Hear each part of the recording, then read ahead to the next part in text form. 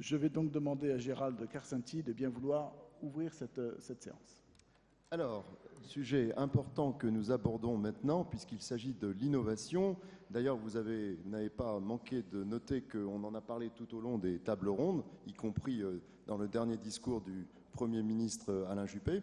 Alors, il convient de saluer l'ensemble des initiatives qui ont été prises au cours de ces dernières années en matière d'innovation pour faire de la France une terre de créativité, un havre pour la recherche. Marc citait tout à l'heure les 71 pôles de compétitivité. Alors, on pourrait dire effectivement qu'il y en a trop, mais finalement, on peut se réjouir d'en avoir autant. 34 plans industriels qui ont été lancés dernièrement, et puis 9 labels French Tech qui nous réjouissent parce que ce sont des régions extrêmement dynamiques. Nous pouvons compter sur des dispositifs que le monde entier nous envie, et je pense en particulier d'un dispositif, on en a déjà parlé, le crédit impôt recherche, qui est un atout pour la France. Et puis, nous n'avons pas manqué de dire et redire que nos ingénieurs, nos talents, de façon plus générale, sont reconnus et par là même prisés à l'étranger.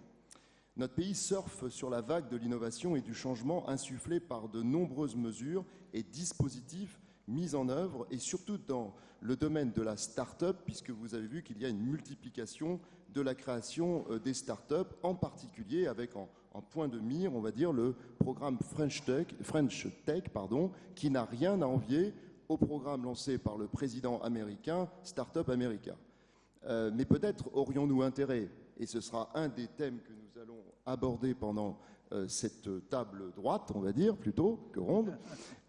Nous allons peut-être dire... Elle sera ronde dans le discours. Elle sera ronde dans le discours. Nous allons peut-être dire nous avons intérêt peut-être à ordonner, à mettre de la cohérence dans toutes ces initiatives qui sont proliférantes et qui se développent pour notre bien à tous, mais en même temps, ce serait bien d'introduire un peu de clarté dans cette complexité.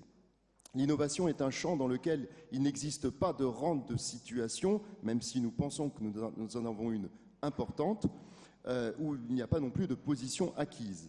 Le propre même de l'innovation, c'est le renouvellement perpétuel, la nécessité de se réinventer en permanence et de questionner ses convictions, même les plus ancrées.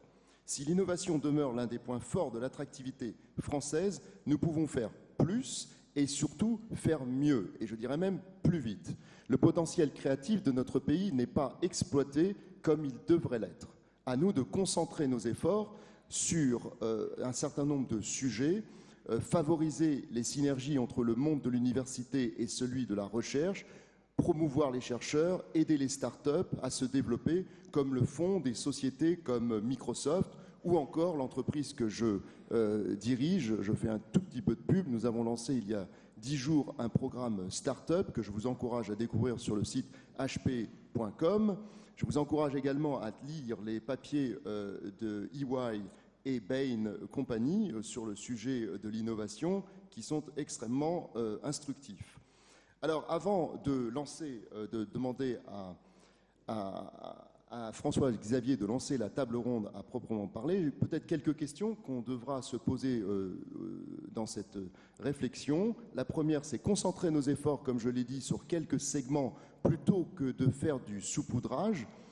Deuxièmement, bien favoriser ces rapprochements dont je parlais précédemment, créer des écosystèmes entre les entreprises, les centres de recherche, les universités, oui, mais comment ? Continuer à améliorer le financement de l'innovation qui est important, mais qu'on peut toujours améliorer. Et enfin, de mon point de vue, il faudra se poser la question du statut du chercheur français qui reste sous-payé de plus de 45% par rapport à un collègue américain, ce qui, de mon point de vue, est un problème. Alors, cette table ronde promet d'être très riche, mais nous avions, pour ceux qui ont vécu cette période, la fameuse minute nécessaire de Monsieur Cyclopède avec Pierre Desproges. Maintenant, il est devenu une institution pour avoir quelques données chiffrées avant de commencer, d'avoir les 5 minutes nécessaires de Marc Lermite, à qui je cède la parole. Je dirais même indispensable. Allez, on va le faire en 2 minutes. Enfin, mais c'est un plaisir. Merci Denis, que je ne vois plus, de m'avoir donné l'occasion de présenter. Donc voici les derniers chiffres qui ouvrent cette table ronde. Pour avoir à l'esprit d'abord un certain nombre de nos handicaps, vous connaissez la formule. À gauche, le passif, à droite, l'actif. certains de nos handicaps. Donc, je vais commencer par ce que produit notre écosystème entrepreneurial, puisque cette table ronde d'innovation, j'en suis certain, va aussi parler d'entrepreneuriat, de création de valeur, et les startups françaises. Et là, j'ai pris et isolé les chiffres concernant la capacité de la région capitale de Paris à produire des startups. 48 sur l'année 2012. Derniers chiffres disponibles sur le classement Seed Table sont les startups destinées à amorcer, à recevoir du fonds d'amorçage. 216 à Londres, donc c'est un écart de 1 à 4,5. Une dépense en R&D qui nous situe au 9e rang mondial. Je crois que ça a été plusieurs fois évoqué.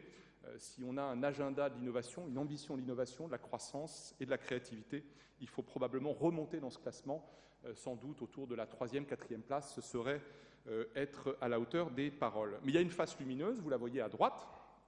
Le nombre d'entreprises françaises qui figurent, moi j'aime beaucoup ces classements parce que ça montre aussi la force, la concentration de la force en tête du palmarès, sachant derrière qu'il y a toute une chaîne de sous-traitance de prestataires. Donc c'est les 8 entreprises françaises nées en France, dont le siège est en France, qui font partie des plus innovantes au monde selon le classement de Forbes. Il y a beaucoup de classements sur cette question, celui-ci est assez remarquable. Ce qui est remarquable, c'est que vous allez trouver des entreprises comme Dassault Systèmes, voire Iliad, mais vous allez trouver aussi Hermès ou Danone, par exemple.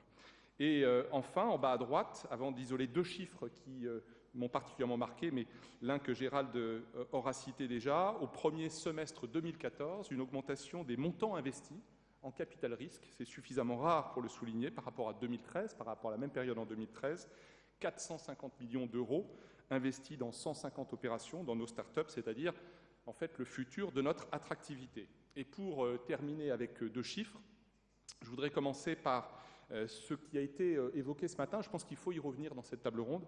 Le fait que la France est la 3e terre mondiale d'accueil d'étudiants, de talents étudiants étrangers, derrière les États-Unis, derrière le Royaume-Uni, avec une formation dont la qualité, et c'est ça que je voudrais souligner, est approuvée par 95% de ces étudiants, qui ne sont pas tous les étudiants désespérés venant des pays émergents qui ne peuvent se financer leurs études qu'en venant en France, qui les accueilleraient à bras ouverts. Non, il y a des étudiants avec très grands talents mondiaux.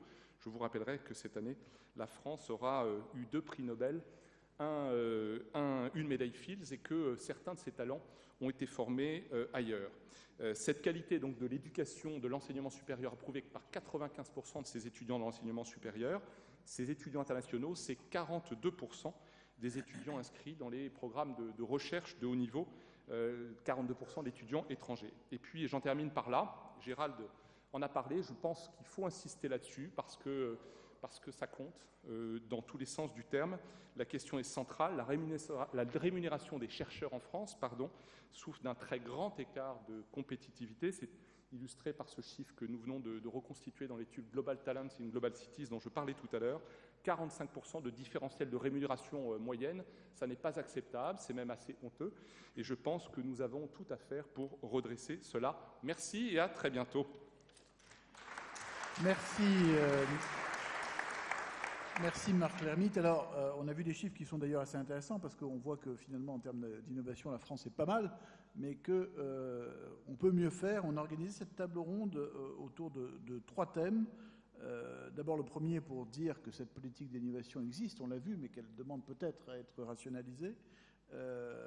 Deuxième thème, comment faire en sorte que la recherche devienne en quelque sorte un combat commun à la fois pour les entreprises et pour les universités, grand sujet s'il en est. Et puis peut-être, il n'y a pas, c'est le 3e thème, d'innovation sans prise de risque. C'est pas sûr qu'en France, on ait une vraie culture du risque. Donc on va essayer d'aborder dans la discussion ces 3 thèmes. Et pour commencer, je vais demander donc à Cyril Chévert de démarrer avec ce premier thème, la politique d'innovation. Donc, ce que vous dites, Cyril, c'est qu'elle existe, elle est volontariste, mais elle doit certainement gagner en lisibilité. Il faut établir aujourd'hui les priorités.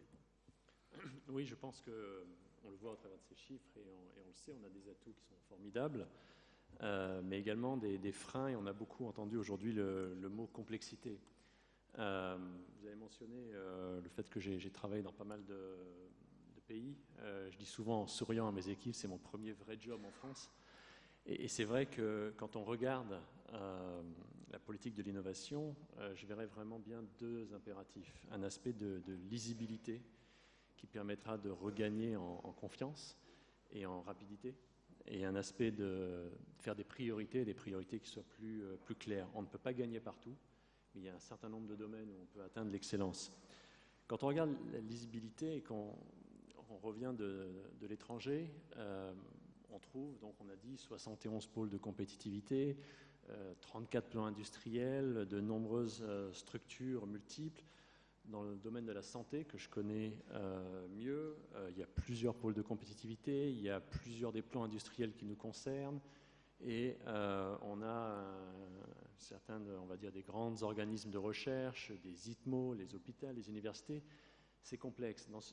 Dans tout ce cadre, l'enjeu, et on n'est pas forcément différent d'ailleurs d'autres pays, c'est comment bien flécher nos investissements, comment structurer nos projets. Et on le voit, et dans une des précédentes tables rondes, un exemple du Canada avait été donné. Il est normal, et on parlait des territoires, qu'il y ait une volonté de compétition entre les centres. Mais il y a un meilleur moyen, à mon avis, de mutualiser certaines recherches et de créer, j'ai envie de dire, des corridors, afin qu'on sache, pour tel type d'innovation, pour tel type de projet, quel sera mon premier interlocuteur, comment cet interlocuteur va mettre autour de la table les bons partenaires, comment on va pouvoir aller de l'avant dans le projet. Donc déjà, on a un problème d'identification.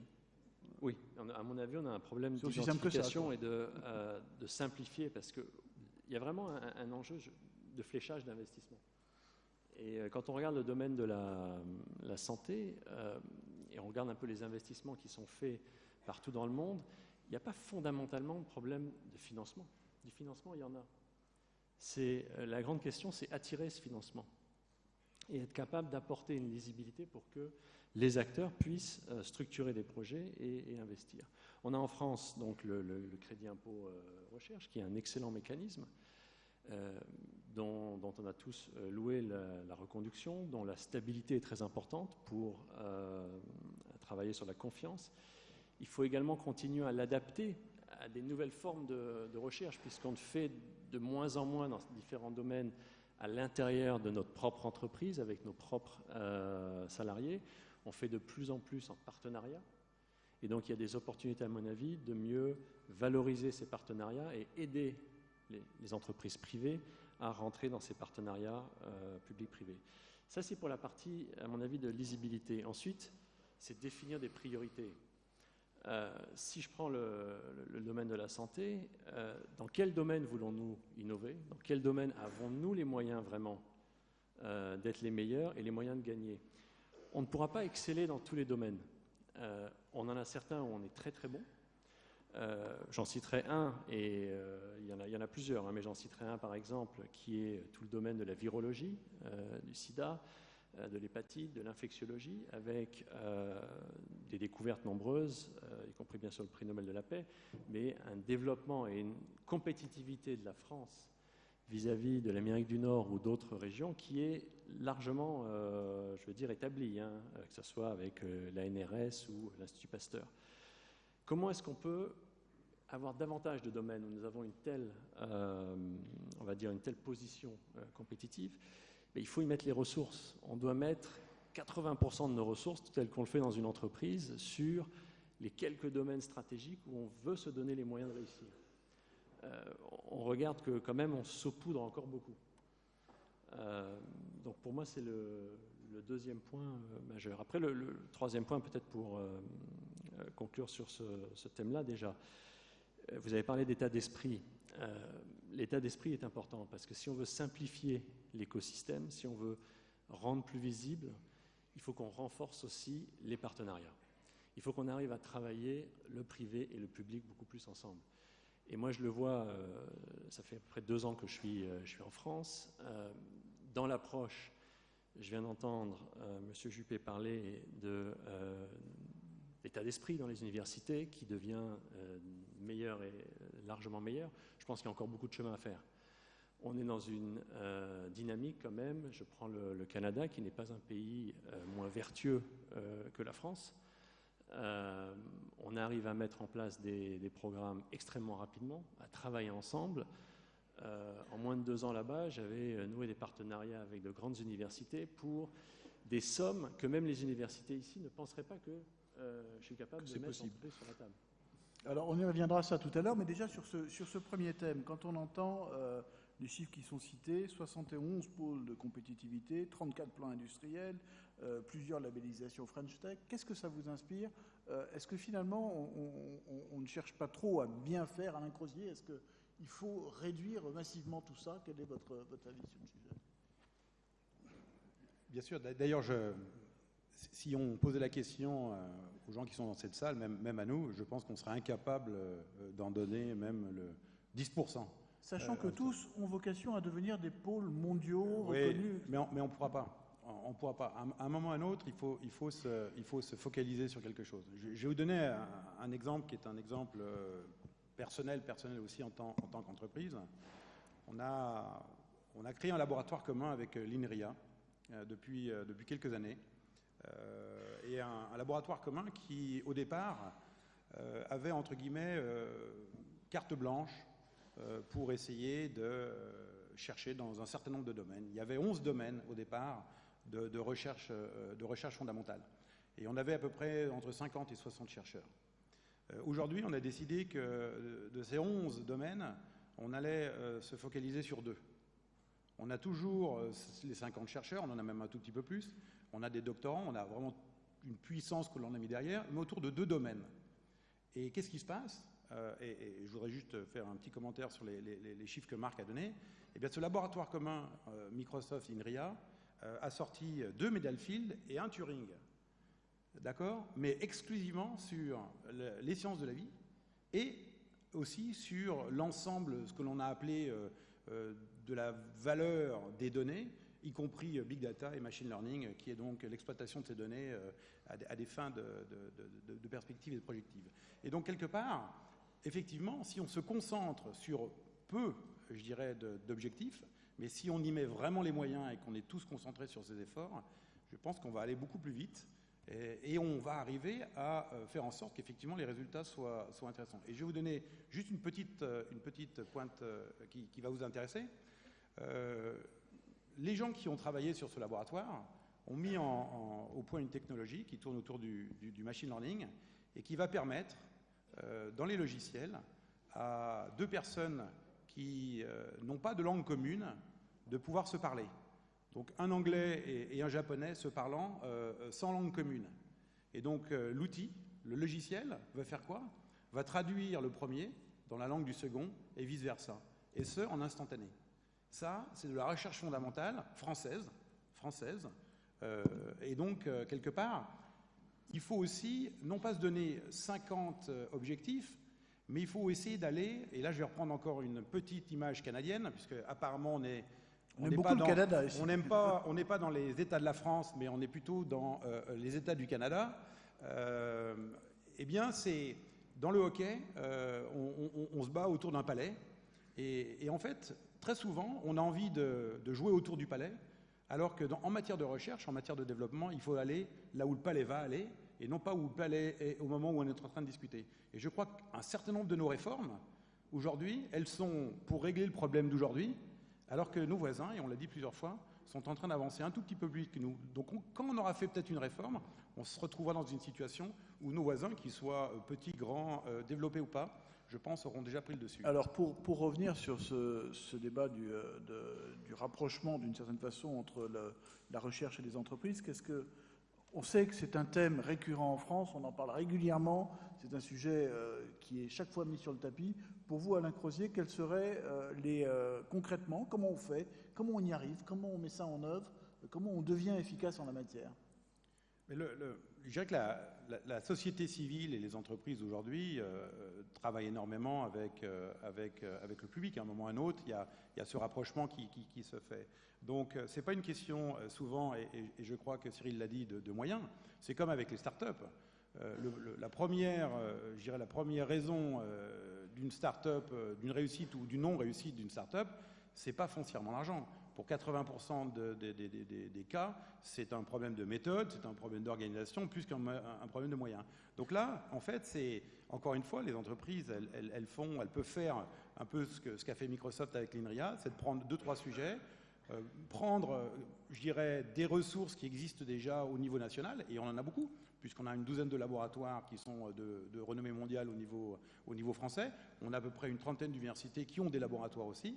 Et puis, c'est de trouver un moyen de les associer sous des formes diverses et variées et essayer, effectivement, non pas de partir sur 50 sujets, mais d'en prendre un ou deux, et puis d'y aller à fond, et puis de sortir et de se différencier par rapport à nos voisins. Oui, Cyril Chever, là-dessus, par exemple, vous, Merck, vous seriez prêt, vous faites des initiatives, vous lancez des initiatives comme celle que vient d'évoquer Alain Crozier. Est-ce qu'à un moment donné, c'est pas aux entreprises de mettre un peu d'argent sur la table, quoi? Non, absolument. On a plusieurs initiatives en France et on souhaite en mettre plus en œuvre. Et je veux rebondir sur comment on fait. J'ai juste relaté une discussion. Quand vous avez une discussion avec des présidents d'universités, universitaires, vous leur demandez qui sont vos clients. Il n'est pas rare que l'entreprise ne soit pas citée comme client. Or, déjà, la démarche de se dire qui sont mes clients, où vont aller une grande part de ces étudiants demain, et comment je peux travailler donc avec ces entreprises qui finalement peuvent être considérées comme un client, change beaucoup l'état d'esprit. Du coup, des pôles universitaires se structurent avec des équipes qui ont les compétences pour travailler avec les entreprises. Donc c'est un aspect qui, à mon avis, est à méditer. Alors, Laurent Soli, quand on évoque ces projets et ces sujets d'innovation, est-ce qu'un groupe comme Facebook, on a le sentiment que c'est très américain et en tout cas évidemment très implanté aux États-Unis, est-ce que vous-même, par exemple, sur le territoire français, vous essayez d'une manière ou d'une autre de lancer de l'innovation, de travailler dessus? Quelles sont la part que vous pouvez prendre d'une certaine façon sur ces sujets en France? Oui, l'innovation, elle est totalement au cœur des entreprises digitales. Alors, le dire est presque finalement banal, parce qu'elles sont portées par un moteur interne qui est absolument l'innovation. Et vous parliez des valeurs ou de l'état d'esprit, c'est presque les premières choses qu'on vous inculque dans une entreprise comme Facebook. L'innovation est au cœur. Je vous donne, avant de répondre, François-Xavier, à votre question, un exemple extrêmement symbolique. Le siège américain de Facebook est dans la Silicon Valley. Quand vous entrez, il y a un mur qui doit faire à peine 10 mètres carrés et est peint le logo de Facebook. Le pouce, le like. Vous connaissez tous ce logo-là. Derrière le mur, il est resté l'ancien logo de l'ancienne compagnie, Sun Microsystems. Eh bien, sur ce mur de 10 mètres carrés, vous avez là, en quelques instants, toute la philosophie de l'innovation. Si nous n'allons pas assez vite, si nous n'innovons pas, si nous ne créons pas les produits qui demain pourraient même nous concurrencer, nous pouvons avoir le destin de toutes les entreprises, notamment dans l'ère digitale, c'est-à-dire de disparaître. Donc l'innovation, elle est au cœur. Et dans le modèle digital, qui est un peu différent d'un modèle finalement très transversal, ou en tout cas unilatéral, où on décide de grands plans, de grandes zones, c'est pas la philosophie et le fonctionnement des plateformes numériques. Nous, l'innovation avec les entreprises françaises, très modestement, on en fait tous les jours. Tous les jours, d'abord avec les jeunes entreprises françaises qui naissent dans ce siècle-là et dont les consommateurs, vous et nous, sont des êtres digitaux, connectés matin, midi et soir. Vous connaissez tous Blablacar, en tout cas aujourd'hui. C'est une entreprise qui n'existait pas il y a 6 ans, qui a inventé sur le territoire français un modèle disruptif mais nouveau de transport. Eh bien, cette entreprise est désormais une entreprise européenne et a en Europe 10 millions de clients. Travailler avec cette entreprise, l'aider à aller sur d'autres marchés après la France, la développer avec leurs équipes dans toute l'Europe, c'est de l'innovation. C'est de l'innovation concrète parce que ce sont des marchés, des clients, des revenus qui permettent ensuite de progresser. Mais c'est aussi travailler avec les entreprises qui ont une histoire plus ancienne. Le premier accord partenarial qu'on a signé, acté il y a 2 ans, une nouvelle façon de travailler ici en France, c'est avec la Française des Jeux, entreprise publique, dont l'enjeu est aussi digital. Parce que le modèle du loto, de l'euro-million, comme pour le PMU d'ailleurs, aujourd'hui et demain, est de faire ces jeux-là sur des téléphones portables. Et que si vous ne digitalisez pas vos produits, votre marketing, votre consommation, parce que vos clients sont déjà sur des supports mobiles, eh bien vous allez rater la croissance. C'est de l'innovation. C'est de l'innovation quotidienne, effective. Alors, pour revenir sur un sujet qui est fondamental, c'est celui de nos talents, qui malheureusement ont parfois tendance à aller ailleurs et à quitter la France, et notamment dans le domaine des chercheurs, dans les domaines aussi fondamentaux. Comment est-ce qu'on fait aujourd'hui pour faire en sorte que ces talents restent en France, ou qu'on les attire d'ailleurs? Alain Croisier. Je pense que Marc l'a très bien dit. Je crois qu'il parlait d'un comparatif sur le statut, sur la paye ou sur le salaire du chercheur. 40, disait-il, quelque chose comme ça.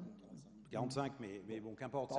C'est quand même des chiffres qui sont tellement éloignés les uns des autres qu'il faut commencer par faire un certain nombre de choses. Et donc le salaire, c'est important. Avec l'INRIA, on a défini un statut particulier, et pour avoir les meilleurs chercheurs, eh bien, on a décidé de s'aligner sur les prix du marché. Pas les prix du marché français, sur les prix du marché mondial.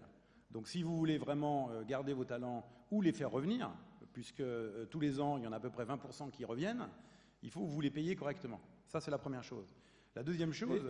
Ça veut dire quoi, par exemple, concrètement? Ça veut dire qu'une partie de l'investissement... L'entreprise elle-même doit mettre au pot... c'est nous qui payons. C'est vous qui payez. Bien sûr. C'est pas l'État français, c'est pas le CNRS, etc. Non, parce que l'INRIA ou le CNRS va payer sur une base 100, et nous, il va falloir qu'on rajoute pour qu'effectivement, on ait une base comparative qui soit intéressante. Donc ça, c'est un premier sujet. Le deuxième sujet qui est important, c'est aussi l'environnement de travail. On adore parler de la Silicon Valley. Je sais que Gérald adore parler de Tel Aviv et de ce qui se passe en Israël. Si on n'arrive pas à constituer et à créer un environnement de travail qui est un environnement de travail moderne et dynamique, eh bien, quelque part, il est évident qu'on va beaucoup moins intéresser les gens. Donc, il faut aussi créer un environnement qui tienne la route et qui permette justement à ces chercheurs de se retrouver dans une situation qui est la meilleure situation pour eux pour chercher. Et le troisième aspect, c'est aussi de s'inscrire dans la durée. Beaucoup de projets sont des projets sur une durée qui est assez courte. On ne fait pas de recherche et développement sur des durées qui sont assez courtes. Alors donc il faut s'engager. Ça, c'est un peu l'idée générale, qui est que les entreprises ont un besoin, entre guillemets, d'efficacité immédiate, qui fait que, on a le sentiment qu'elles ne s'engagent pas sur le long terme, ou qu'en tout cas, la recherche fondamentale ne les intéresse pas forcément. Oui, c'est à nous de faire travailler et, de convaincre nos maisons mères qu'effectivement, c'est à l'INRIA, c'est avec l'INRIA qu'on aura les meilleurs chercheurs, et qu'il faut s'engager sur des périodes longues. On est sur une période de 12 ans. Je peux vous dire que les résultats, si on commence à les voir, c'est ça. Comment vous faites d'ailleurs pour convaincre votre actionnaire à Seattle? Les meilleurs chercheurs sont ici. Voilà. Les meilleurs chercheurs sont ici. Pourquoi aller ailleurs? Aller ailleurs? Ils sont ici. Donc il suffit de venir, de les rencontrer. Ils aiment bien leur faire traverser l'Atlantique, en général. Non, du tout. Non, ils restent ici. Ils sont ici, ils sont sur le plateau de Saclay. Qu'il faudra d'ailleurs, qu'on devra tous ensemble aussi rénover pour faire en sorte qu'effectivement, ils soient attractifs. Parce qu'aujourd'hui, Saclay, c'est pas très attractif. C'est mon seul point un peu négatif, d'un peu de bashing. Alors qu'est-ce qui va pas à Saclay? Parce que c'est aujourd'hui le pôle qui est mis en avant. Ouais. Oui, non? Si, on a des idées. Bon. Laurent Soli, sur ce sujet du long terme, je vous voyais... Oui, parce que il y a parfois une croyance qui est que l'entreprise serait prisonnier du court terme, parfois même du trimestre, et qu'on réserverait à la sphère collective, étatique, supranationale, la vision du long terme. C'est parfois l'inverse. Nous avons des visions à long terme. Et nous réclamons, entreprises d'ailleurs françaises, américaines, quelle que soit la nationalité, de la stabilité sur le long terme. Sur la question que vous posiez, moi je pense qu'il y a 3 règles extrêmement importantes pour à la fois l'attractivité du territoire et la politique de rétention des talents. Parce qu'il y a les deux. Des règles simples. Des règles, quelle que soit leur nature, adoptées et adapté au monde tel qu'il est, c'est-à-dire compatible avec les grandes règles globales de nos marchés. Parce que nos entreprises, qu'elles soient de nationalité américaine ou française, peu importe, nos start-up ou nos grands groupes sont des entreprises internationales. Vous avez vu que vous avez été entendu par M. Macron, ministre, qui a élargi le statut fiscal de l'impatrié. C'est une bonne chose, ça, non? Oui, et le dernière règle, François, sans faire beaucoup de publicité dessus, d'ailleurs. Mais... Et la troisième règle, c'est la stabilité. Quand vous pensez à 3 ans, vous réclamez d'abord de la visibilité, de la stabilité. Et ça, c'est un élément extrêmement important. Et d'ailleurs, l'État, qui est souvent le garant du temps long, doit pouvoir le donner aux entreprises. Alors, sur la culture du risque, je sais que vous vouliez intervenir là-dessus, Laurent. C'est vrai qu'en France, on n'a pas vraiment la culture du risque, la culture de l'échec. On vit très mal le rebond après l'échec. Qu'est-ce qu'il faut changer en la matière? Oui, on dit souvent, vous savez, il y a ce petit clin d'œil, on dit en français « prendre un risque » et en anglais « take a chance ». C'est très intéressant parce que souvent d'ailleurs aux États-Unis, mais pas qu'aux États-Unis, celui qui a échoué, c'est celui qui a l'expérience. Et c'est celui qui a, au fond, confronté une idée, une activité, un business model à la réalité d'un marché. Alors, il ne faut pas échouer tout le temps, mais c'est une expérience. Et dans les valeurs que l'on essaye de partager d'ailleurs avec nos entreprises françaises, il y a une valeur qui est « fail harder ». Au fond, si vous vous trompez, si vous mettez un genou à terre, c'est qu'aussi vous avez l'expérience du marché, la confrontation à vos compétiteurs et à vos clients. Cela peut être une valeur, parce que c'est une valeur d'expérience et une valeur finalement qui peut avoir énormément de sens sur ces marchés. Chez nous, c'est le principe de précaution mais regardez, qui est constitutionnel. Oui, mais nous sommes, on peut tous le reconnaître, plongés depuis quelques années dans une très grande révolution industrielle. Elle a un mot, elle a un nom, elle est digitale. Et elle est marquée, cette révolution industrielle, par la vitesse. C'est-à-dire que vous pouvez prendre les exemples des grandes révolutions industrielles du 19e et du 20e siècle. La révolution industrielle qu'est le digital, elle va beaucoup, beaucoup, beaucoup plus vite. Et une partie des entreprises que nous représentons, que vous représentez, sont par exemple aujourd'hui confrontées à la révolution mobile sur des objets, des devices qui n'existaient pas il y a 8 ans. Eh bien, cette vitesse-là est une valeur, est une nécessité. Et les principes que l'on peut retrouver, de précaution ou d'autres, peuvent se mettre en confrontation avec cette vitesse. Parce qu'en 2 ans, vous pouvez être en dehors de marché. Vous avez pu rater une révolution. Et c'est pour ça que, à la fois la vitesse, la prise de risque, et je dirais même une troisième valeur, qui est celle, parfois difficile aussi en France et en Europe, confrontée à notre cartésianisme, c'est celle de « done is better than perfect ». Essayons finalement de lancer sur le marché un produit. N'attendons pas que de penser en interne qu'il soit parfait pour se confronter. C'est ça aussi les valeurs introduites de façon extrêmement puissante et rapide par la révolution digitale. Est-ce que ces valeurs, aujourd'hui, elles sont reconnues, entre guillemets, par le système financier français?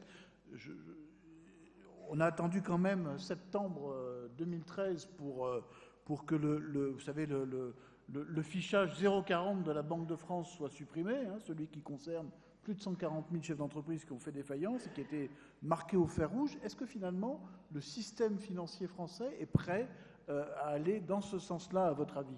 Est-ce que on n'est pas dans une tradition bancaire qui est que finalement on ne paye pas beaucoup de risques? Non, on se dit. Écoutez, moi de l'expérience que je vois des entreprises avec lesquelles nous travaillons, je ne vois pas ça. Je ne vois pas de difficulté de mobilisation du capital. Au contraire, j'ai plutôt le sentiment que la mobilisation rapide internationale du capital, comme facteur de production et d'innovation, n'est pas un problème en soi. Je n'ai pas vu une jeune entreprise française, une jeune entreprise extrêmement innovante, nous dire « j'ai un problème de tour de table, de fonds, de banque, de deuxième tour de table ». Je n'ai pas entendu ça. J'ai entendu d'autres freins, mais pas celui sur la mobilisation rapide du capital. C'est d'ailleurs un des succès de zones entières comme la Silicon Valley, comme l'Asie, de zones en Europe aussi, parce que ça se passe en Europe. Mais moi, personnellement, je n'ai pas entendu ce frein-là comme étant un frein irrémédiable ou indépassable à l'innovation aujourd'hui? Alors, sur cette culture du risque, peut-être pour terminer là-dessus, parce que j'ai vu que Axel Lemaire est arrivé, bienvenue. Sur cette culture du risque, je voulais vous interroger, vous, chef d'entreprise Microsoft et Merck en l'occurrence, est-ce que vous reconnaissez le droit à l'échec à vos salariés, à vos cadres? On est quand même dans une société de performance où il faut réussir. Comment vous le gérez? Alain Crozier. Alors, bien sûr, on est dans des sociétés qui sont des sociétés où la performance, je dirais, doit primer et autres. Je pense qu'on vit aussi une révolution de part, d'abord, un changement, nous, je dirais, de CEO, qui, lui, a fait quasiment de ce que vient d'expliquer Laurent, au lieu de fail hard, nous, c'est fail fast, c'est-à-dire que de plus en plus, on est en mesure d'essayer des choses, et si elles ne marchent pas, on passe à autre chose. Donc ça, il va falloir que ça rentre un peu dans la culture de l'entreprise, puisque c'est assez nouveau pour nous, parce qu'on vient juste d'en changer de CEO. Mais quelque part, c'est évident qu'aujourd'hui, dans la situation dans laquelle le monde se trouve, et je pense que Laurent l'a bien expliqué, c'est primordial. On n'est plus du tout sur des concepts qui sont des concepts où on est sur je dirais, sur des idées qui doivent fonctionner sur du long terme, etc. Il faut essayer, ça ne marche pas, on passe à autre chose et on construit sur ces bases-là. Donc ça, c'est évidemment un changement fondamental qui va obliger l'entreprise à se transformer, au même titre que quasiment tous les chefs d'entreprise qui sont dans cette salle sont en train de vivre sous une forme ou sous une autre cette transformation qui est poussée non pas par la concurrence, elle est aussi poussée par la concurrence, mais par le fait qu'effectivement aujourd'hui, il faut qu'on change et il faut qu'on le fasse de plus en plus rapidement possible. Cyril Chevert. Oui, c'est un de nos enjeux en fait majeurs dans notre culture, surtout dans le domaine de la santé où on est extrêmement réglementé, en interne, en externe. Et du coup, ces différentes réglementations ont créé un certain carcan où la prise d'initiative, l'innovation se fait de moins en moins. C'est la meilleure excuse pour ne pas essayer. Et si je regarde le travail qu'on fait en termes d'évolution de culture, de compétences, c'est pour moi, dans les 2 ans qui viennent, en tout cas, l'enjeu numéro 1 d'un groupe comme le nôtre. Et on y travaille beaucoup. Alors, écoutez, je crois qu'on va clore ce débat. Je vais peut-être demander à Gérald Kersenty de faire une petite synthèse de ce qui a été dit pour que Axel Lemaire puisse entendre le résumé en quelque sorte de ce que nous avons dit. Et puis après, évidemment, nous vous écouterons avec plaisir. Gérald Kersenty. Alors, volontiers, en fait, synthèse et présentation de notre ministre qui va intervenir dans quelques moments. Donc, vous avez assisté à une partie de la table ronde, Madame la Ministre.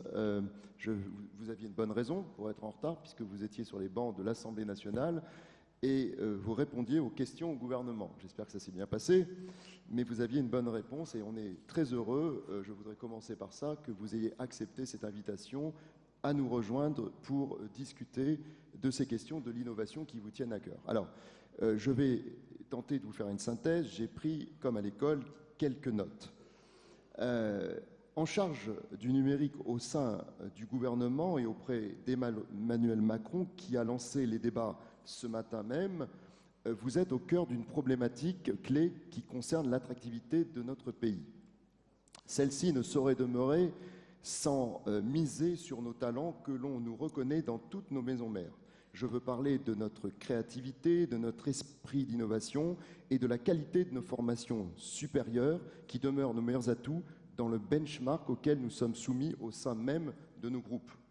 Ce benchmarké, j'utilise volontairement cet anglicisme qui ne vous est pas étranger. Vous êtes né et avez grandi au Canada, vous avez étudié au célèbre King's College de Londres, ville où vous avez également travaillé. Comme les sociétés que nous représentons, vous avez des racines qui viennent d'ailleurs. Et c'est ici, comme nous le faisons nous-mêmes, aujourd'hui même, que vous créez de la richesse et exercez votre talent dans cette France que vous voulez voir numérique, avec un esprit start-up qui n'a rien à envier à la Silicon Valley, dont ce que vous rappeliez récemment, du reste, lors de certaines de vos interventions. Merci pour cela, Madame la Ministre. Cet état d'esprit a éclairé nos débats sur l'innovation. En synthèse, concentrer nos efforts sur des priorités à fort potentiel de développement et de rayonnement telles que les sciences du vivant, le numérique, l'énergie ou encore les transports, ce que Cyril Schiffer, le patron d'MSD France, a rappelé. Créer un état d'esprit qui facilite l'innovation et la prise de risque à travers l'acceptation du droit à l'échec et intégrer la pédagogie de l'innovation et du progrès dès les plus petites classes. Ce que Laurent Soli, patron de Facebook France, a également mentionné. Créer un écosystème en rapprochant le monde de la recherche, de l'université et des entreprises, en donnant une dimension et un long terme, ce que j'ai eu l'occasion d'ailleurs de discuter avec vous, je sais que ça vous tient à cœur. Améliorer le financement d'innovation, on sait qu'on a beaucoup fait, mais il y a encore des choses à faire.